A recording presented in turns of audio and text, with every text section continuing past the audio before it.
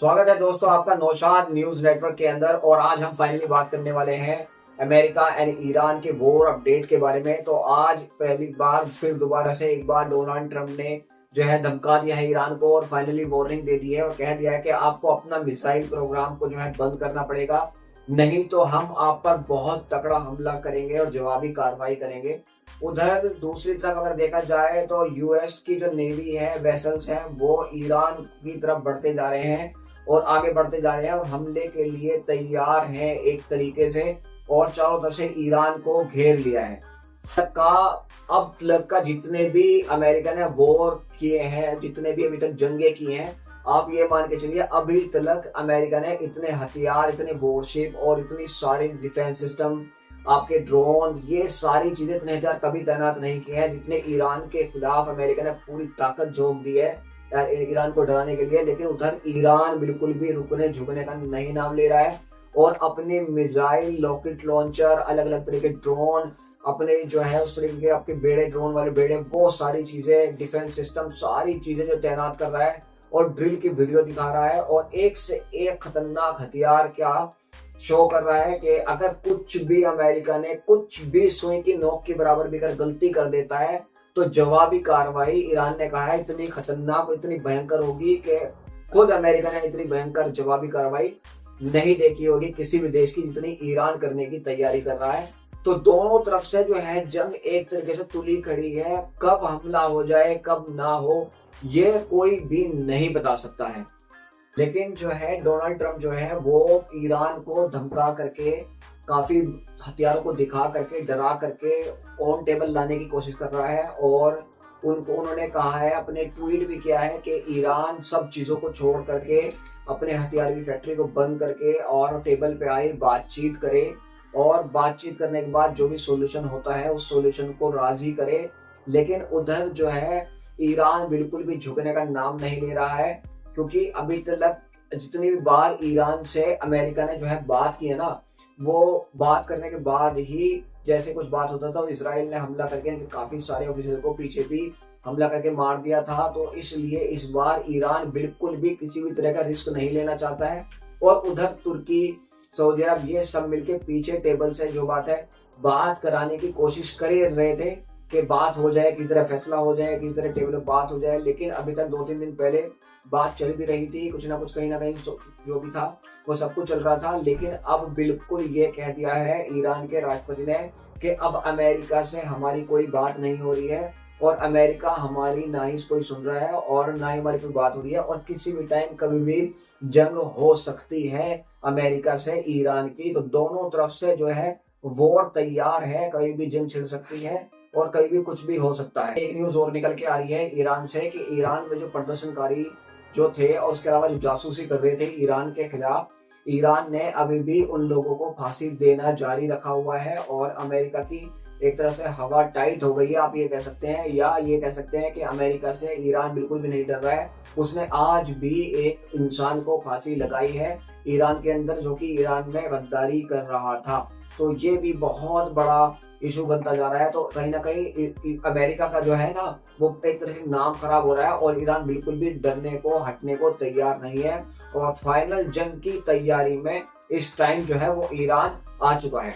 उधर अभी तक जितने भी अमेरिका से जो बात करा रहे थे, कतर था, अमेरिका, उसके अलावा आपका सऊदी अरब था, उसके अलावा तुर्की था, तो वो अभी तक जो बात कर रहे थे थोड़ी बहुत बात बन गई थी, लेकिन अब पूरी तरह से फेल हो चुकी है। दोनों तरफ से अब किसी भी तरह से कभी भी किसी पे हमला हो सकता है।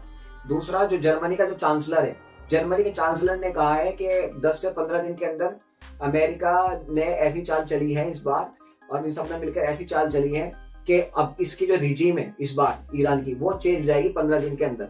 तो मेरा मानना यह है, देखो हो भी सकती है और नहीं भी, हालांकि काफी बार अपनी कोशिश कर चुके हैं, लेकिन ईरान के सख्त रुख की वजह से अभी तक ईरान की रिजीम चेंज नहीं हो पाई है, क्योंकि ईरान एक बहुत पावरफुल कंट्री है और उसको ये हल्के में लेते हैं।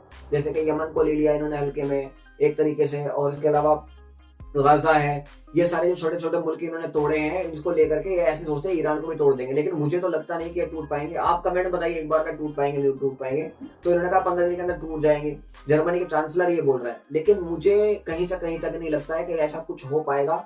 उसके अलावा अमेरिका भी ये चाहता है कि कहीं ना कहीं बिना हमला करे ही अंदर से कुछ ऐसा करा दिया जाए कि इनकी रिजीम चेंज हो जाए किसी भी तरीके से।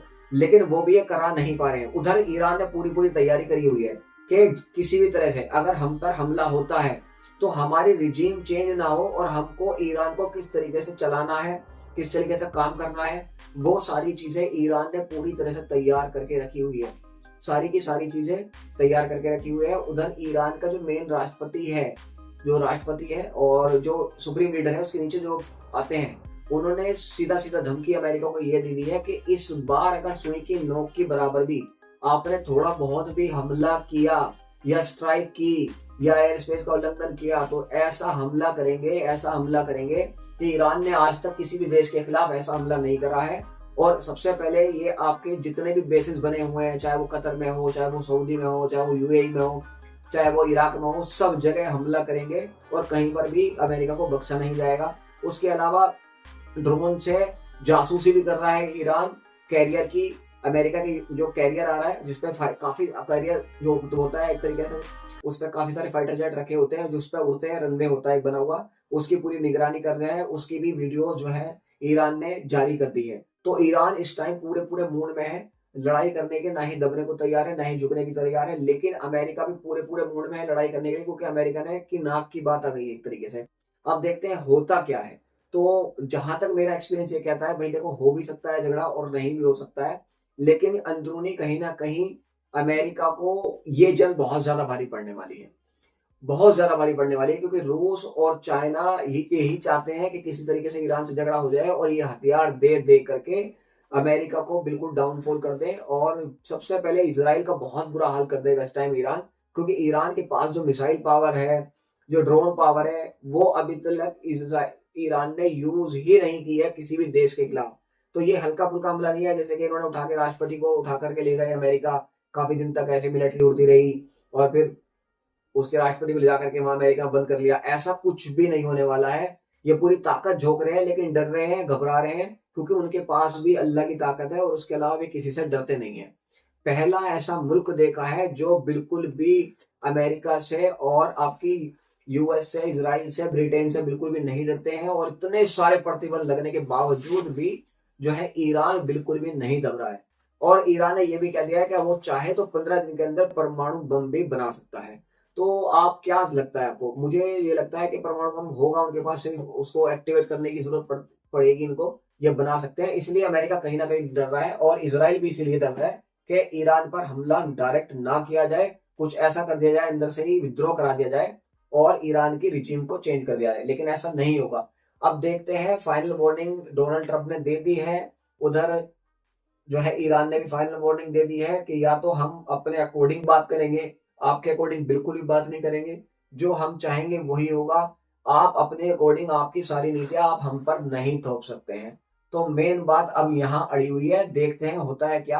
आप बने रहिए मेरी वीडियो में एंड तक और हमारे चैनल को सब्सक्राइब कीजिए। आने वाले टाइम में आपको हर एक अपडेट टाइम टू टाइम मिलती रहेगी। कमेंट कीजिए, शेयर कीजिए, लाइक कीजिए। Thank you so much. Tata and bye bye. Next video में फिर मिलते हैं।